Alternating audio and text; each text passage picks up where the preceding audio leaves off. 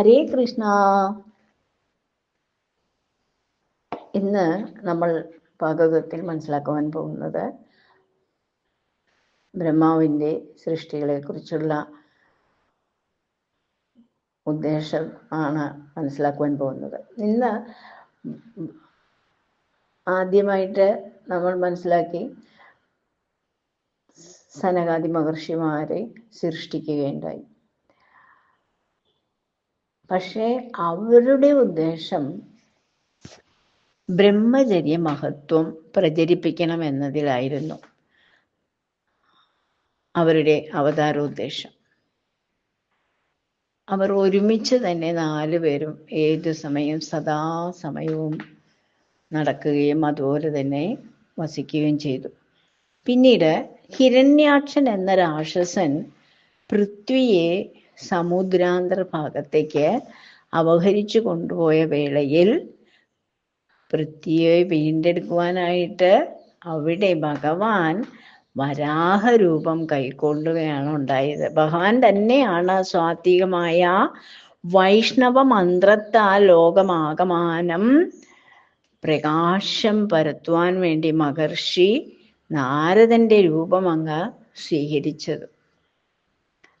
ഭൂമിയിൽ തപോശക്തി തെളിയിക്കുവാൻ വേണ്ടിയിട്ട് ഭഗവാൻ നരനാരായണനായിട്ട് അവതരിച്ചു. മനുഷ്യർക്ക് സാഖ്യയോഗം എന്തെന്ന് വെളിപ്പെടുത്തുവാനായിട്ട് കപില മഹർഷിയായിട്ടും ദണ്ഡനിധികൾ എന്തെന്നും വെളിപ്പെടുത്തുവാനായിട്ട് ദത്താത്രേയനായിട്ടും ഭഗവാൻ അവതരിക്കുകയുണ്ടായി.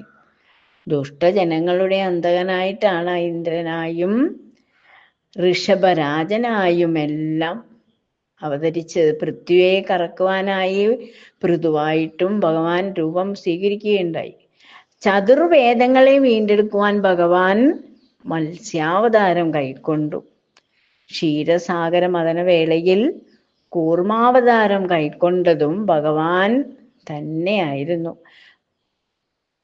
പിന്നീട് പാലാഴി മദനാന്തരം അതിൽ നിന്നും അമൃത കുംഭവുമായിട്ട് ഉയർന്നു വന്ന ധന്വന്തരി ദേവനും അസുരന്മാരുടെ പക്കൽ നിന്ന് അമൃത കുംഭം കൈക്കലാക്കി വിളമ്പാനെത്തിയ മായാമോഹിനിയായിട്ടും ഭഗവാൻ അവതരിക്കുകയുണ്ടായി. പിന്നീട് ഭക്തപ്രഹ്ലാദനെ അവൻ്റെ പിതാവിൽ നിന്നും രക്ഷിക്കുവാനായിട്ട് ഭഗവാൻ വിഷ്ണു നരസിംഹാവതാരമാണ് കൈക്കൊണ്ടത്. മഹാബലിയെ ചതിക്കുവാനായി വാമനാവതാരം സ്വീകരിക്കുകയും ബ്രഹ്മവിദ്വേഷികളായ രാജാക്കന്മാരെ നിഗ്രഹിക്കുവാൻ പരശുരാമനായിട്ടും എല്ലാം അവതാരം എടുത്തു. ഭഗവാൻ കൽമഷഹാരിയായ വേദവ്യാസനായിട്ടും പിറന്നു. രാവണാന്തകനായി ത്രേതായുഗത്തിൽ മര്യാദാ പുരുഷോത്തമനായിട്ടും ശ്രീരാമനായി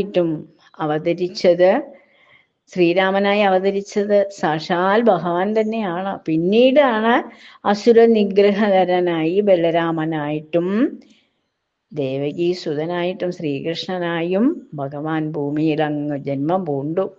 പൂർണ്ണാവതാരമായ ഭഗവാനോ ശ്രീകൃഷ്ണന് ശേഷം കലിയുഗത്തിൽ സാക്ഷാൽ ശ്രീബുദ്ധനായി പിറന്നിട്ട് ഭഗവാൻ യുഗാന്ത്യം സാക്ഷാൽ കൽക്കിയായിട്ട് അവതരിക്കുന്നുണ്ട്.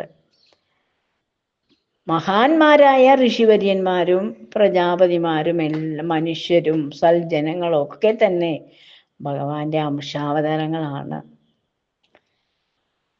ഈ പ്രപഞ്ചമാകെ ഈശ്വരമയമാണ്. അത് നമ്മൾ മനസ്സിലാക്കണം. സമസ്ത പ്രപഞ്ചത്തിനും ഏകസാക്ഷിയായിട്ട് വർത്തിച്ചിരുന്ന സാക്ഷാൽ പരബ്രഹ്മത്തിൻ്റെ സൃഷ്ടിയാണ്, മഹാമായയിലാണ് പ്രപഞ്ചം നിലനിൽക്കുന്നതെന്ന് അറിയുന്നവനോ ആത്മജ്ഞാനം അങ്ങ് കൈവരും.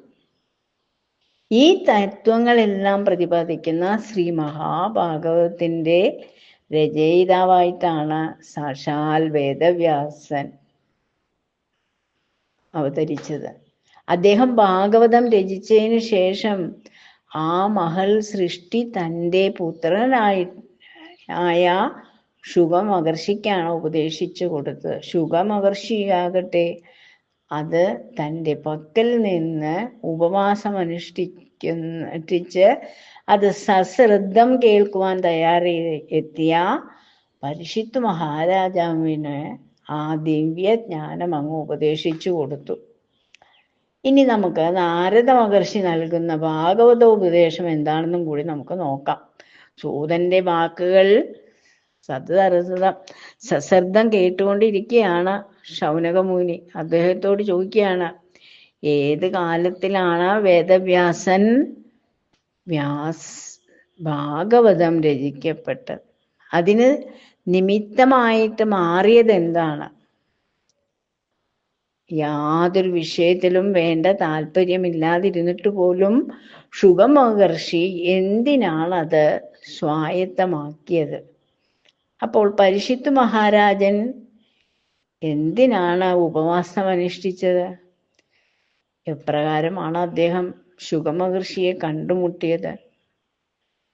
ഞങ്ങളുടെ സംശയങ്ങൾക്കെല്ലാം അങ്ങ് ഉത്തരം നൽകിയാലും. അപ്പോൾ ശൗനക മഹർഷിയുടെ ചോദ്യങ്ങൾ കേട്ട സൂതൻ പറഞ്ഞു, യുഗങ്ങളിൽ മൂന്നാമത്തേതായ ദ്വാപര യുഗത്തിൽ ഭഗവാൻ നാരായണൻ പരാശരന്റെ പുത്രനായിട്ട് ജന്മം പൂണ്ടു. പരാശരന് സത്യവതിയിൽ പിറന്ന ആ പുത്രനാണ് വേദവ്യാസൻ. സരസ്വതി നദി തീരത്ത് ധ്യാനത്തിൽ മുഴുകിയ വേദവ്യാസന്റെ ഉൾക്കണ്ണിൽ ഭാവി സത്യങ്ങളെല്ലാം തെളിഞ്ഞു വന്നു. കലിയുഗം ആരംഭിക്കാറായി എന്നും ആ യുഗത്തിൽ ധർമ്മക്ഷയം വർദ്ധിക്കുമെന്നും എല്ലാം അദ്ദേഹം തിരിച്ചറിഞ്ഞു കഴിഞ്ഞു കേട്ടോ. സംരക്ഷണത്തിനായിട്ട് വേദവ്യാസൻ വേദങ്ങളെ എല്ലാം 4ആയിട്ട് അങ്ങ് ഭാഗിച്ചു. തൻ്റെ 4 ശിഷ്യന്മാരെ അങ്ങ് പഠിപ്പിക്കുകയും ചെയ്തു. എന്നാൽ അതുകൊണ്ടൊന്നും അദ്ദേഹത്തിന് അങ്ങ് സംതൃപ്തി വന്നില്ല. അദ്ദേഹം ചിന്താധീനനായിട്ട് അങ്ങ് കാണപ്പെട്ടു. ഈ വേളയിലാണ് മഹർഷി നാരദൻ വ്യാസന് മുന്നിൽ അങ്ങ് പ്രത്യക്ഷപ്പെട്ടത്. തൻ്റെ മുന്നിൽ പ്രത്യക്ഷനായ മഹർഷിയെ വ്യാസൻ യഥാവിധി അങ്ങ് സ്വീകരിച്ചു. വ്യാസന്റെ പൂജയിൽ സന്തുഷ്ടനായ ദേവർഷിയോ അദ്ദേഹത്തോട് പറയുകയാണ്, സർവലോകത്തിനും സമ്മതമായ കാര്യങ്ങളാണ് എല്ലാം നീ ചെയ്യുന്നത്. എന്നാൽ കവിനായകനായ നിന്റെ മനസ്സിലെ മാലിന്യം നീങ്ങണമെങ്കിലോ ഈ കർമ്മങ്ങൾ മാത്രം അങ്ങ് ചെയ്താൽ പോരാ, സർവർക്കും സമ്മതമായ ഒരു മഹാപുരാണം കൂടി നീ രചിക്കണം. അതുവഴി മാത്രമേ നിന്റെ മനസ്സ് പരമാത്മാവിനോട് ചേരുകയുള്ളൂ. സർവകർമ്മങ്ങളും സമർപ്പിക്കുന്ന വേളയിൽ നിന്നിൽ ആത്മജ്ഞാനം അങ്ങ് ഉദിച്ചുയരും. ആത്മജ്ഞാനം ഉദിക്കുന്ന വേളയിൽ മനസ്സിലെ മാലിന്യങ്ങളൊക്കെ പാടെ അകന്നു പോകും. അത് നിശ്ചയമാണ്. ശേഷം ദേവർഷി തൻ്റെ പൂർവവൃത്താന്തങ്ങളെല്ലാം വേദവ്യാസനെ അങ്ങ് അറിയിക്കുകയാണ് ചെയ്യുന്നത്. ഭഗവത് മഹാത്മ്യം മനസ്സിലാക്കുന്ന വ്യാസൻ ദേവർഷിയുടെ ഉപദേശങ്ങൾ പൂർണ്ണ മനസ്സോടെ അങ്ങ് സ്വീകരിച്ചു. സരസ്വതി നദിയുടെ തീരത്ത് പർണശാലയെല്ലാം കെട്ടി അവിടെ പരബ്രഹ്മത്തെ ഉപാസിച്ചുകൊണ്ട് ധ്യാനനിരതനായിട്ട് അങ്ങ് വസിക്കുകയും ചെയ്തു. ശേഷമോ മുക്തി മാർഗമായ ശ്രീ മഹാഭാഗവതം അദ്ദേഹം രചിക്കുകയും അദ്ദേഹത്തിൽ നിന്ന് ശുഗൻ അത് പഠിക്കുകയും ചെയ്തു. നാളെ ഇനി ഇതിൻ്റെ ബാക്കി ഭാഗങ്ങൾ നമുക്ക് മനസ്സിലാക്കാം.